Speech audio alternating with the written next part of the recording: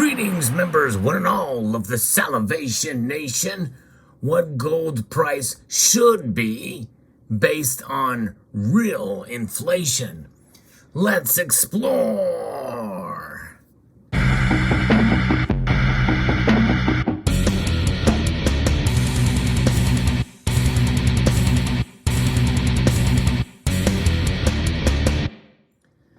Gold has reached all-time highs, in fact, twice over the past 2 years. In August of 2020, it peaked well above $2,000 an ounce. In fact, I think it was $2,050 an ounce on average here for a few days. And then recently, this year, it popped up over to that all-time high. It reached an all-time high again, around the same price, some level. It is pretty interesting to see very quickly, or relatively quickly, gold rallying to over that $2,000 an ounce price. In fact, in real dollars, it is still very, very high. As I record this video, it is well above $1,900 an ounce. And that's considered pretty good. Gold has proven itself to be a stable store of wealth. However, if you look at it in terms of inflation numbers that we are seeing, what should the price really be? Well, it's kind of hard to really quantify and measure such a thing because inflation changes and it's constantly moving. In fact, even in normal economic times, the Federal Reserve has set a target for inflation, and that target is 2%. So in other words, we are in a constant state of inflation. And what does that mean? Well, it's based off the consumer price index numbers, so that this debt instrument, this note here that is legal for tender for all debts, public and private, will essentially lose value at a rate of 2.5% or 2% year over year. Just before we saw this creep up of inflation to the point where it's a little bit uncontrolled right now. I say that loosely because the Federal Reserve first said it was a transitory and then temporary, and now they are realizing that it's a little bit beyond that, and that could go on for about a year, according to our Treasury Secretary. So these Federal Reserve notes, even though they are a store of value, it is a store of falling value, indeed. But yet we need them, we use them every day, and it's not gotten completely out of hand yet, but we're heading in that direction. But there are tools up the sleeves of the Federal Reserve of what they can do to try to stave this off. And some people feel that the financial media will scare some would-be bullion buyers away by these rate hikes that the Federal Reserve will be implementing here. As I reference an article here from moneymetals.com as shared with me by a viewer, the reality is that the Fed's rate hikes are really nothing to be scared of. And we've talked about this on this channel, that they more than likely that they implement them, it'll actually be bullish for gold and silver, and especially gold here.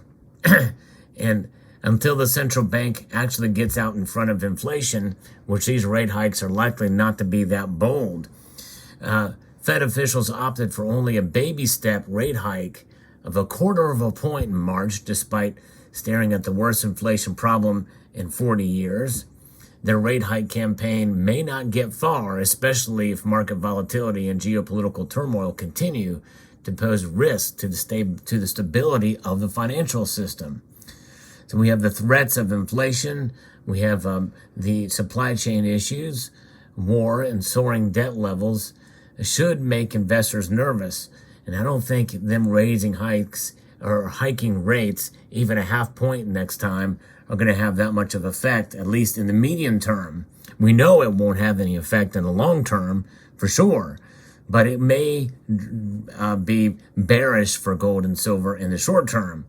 And especially, gold is what we're kind of focusing here on this right now, because gold has really provided an even better store of value in times of economic instability, and even in times of economic stability. It's likely more of them, not fewer, will find precious metals attractive as a safe haven in this environment because of all of these things that are problematic. And that's why we're seeing a lot more people buying gold and even silver for sure.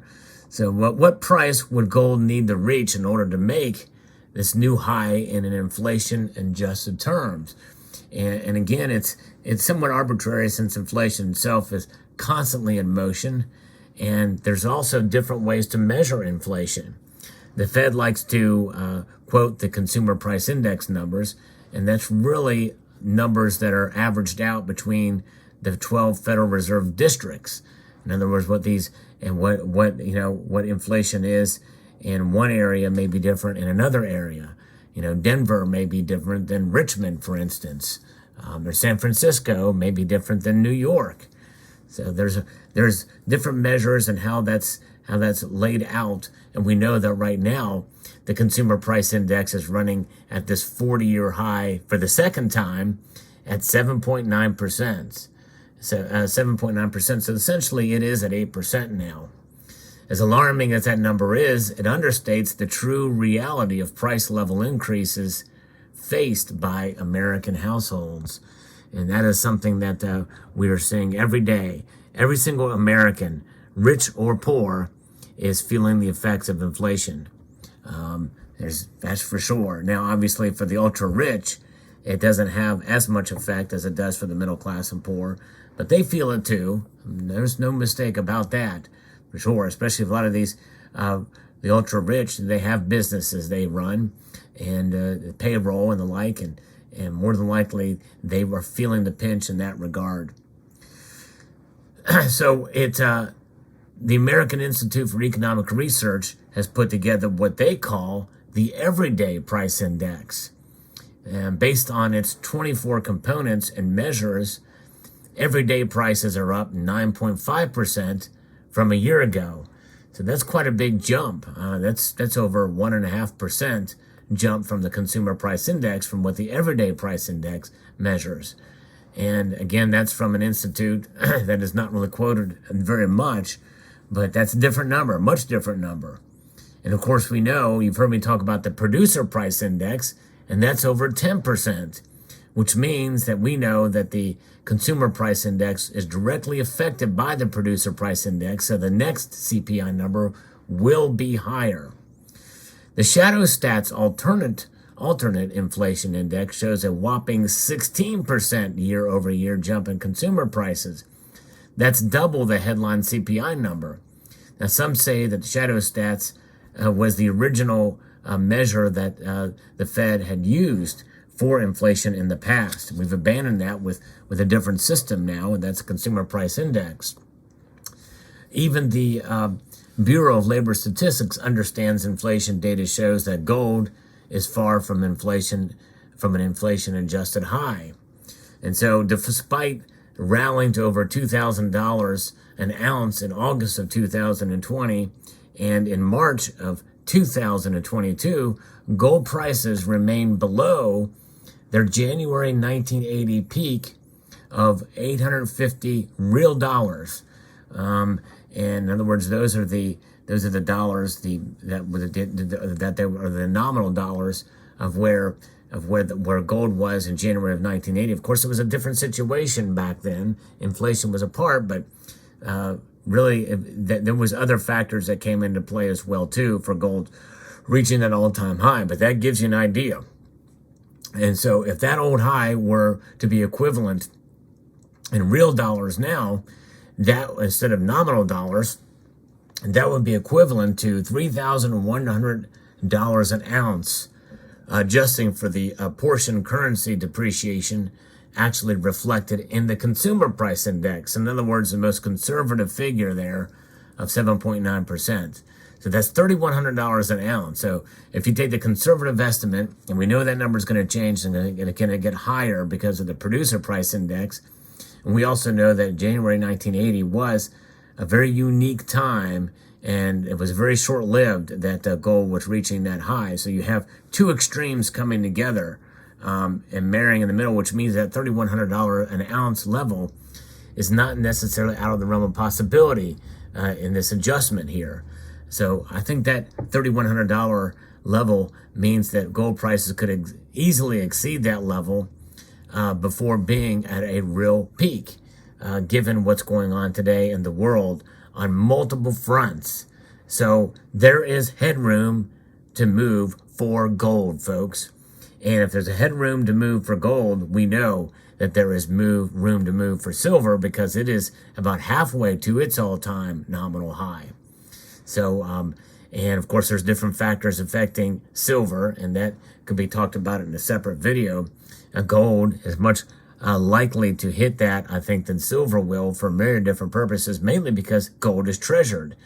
People think of that as a negative in terms of the price movement for gold and why silver is undervalued. But in reality, it is the ultimate reason why gold's price is more stable than silver in this regard, because it is treasured as a store of value.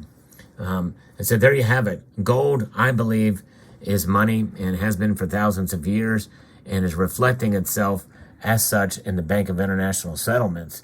And the display you see here is some gold that I have purchased over the last few years. I have been trying my best to accumulate more of this in order to protect my wealth. And of course, there's other ways to prepare as well too. I believe it's one of those things where, you know, if you accumulate it, you should not necessarily hedge all your bets on any particular metal. There's other ways to prepare as well. And I certainly think we should all consider what's going on with food, what could happen with food, to have at the very least, extra canned goods, powdered milk. There's all different kinds of ways to be able to prepare in that environment, and other necessities out there like toilet paper and things that are non-perishable that you can accumulate as stores of wealth too. Cyberkurt and Twitcher actually talked about that in a video. There's ways to hedge in those areas as well too, and I encourage you to do that. I've been doing a little bit of that, should do more of it. But in this environment, there's ways to prepare. You don't have to be a prepper to prepare. And I think that is where I'm at on this, because you can really get into the prepping stuff like crazy. But having a little bit of a store of food, and if you can afford to do so, maybe it would be a good idea to look at some of the storage options there, like Nick's Coins has.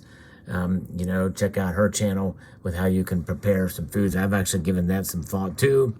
It's good to have other preparations, but I think as far as financially and wealth preservation, gold is seen to be a very good option there. And considering that there's still some room for gold to move up based off of real inflation, I think this should give you some insight, or at least a little bit of more information to consider as you take into account where the price should or could go in the near future, which is why I'm continuing to buy gold. So let me know what your thoughts are in the comment section below. I would like to extend a multitude of gratitude to you all for taking the time to watch, and to encourage you to please rate, share, comment, and subscribe.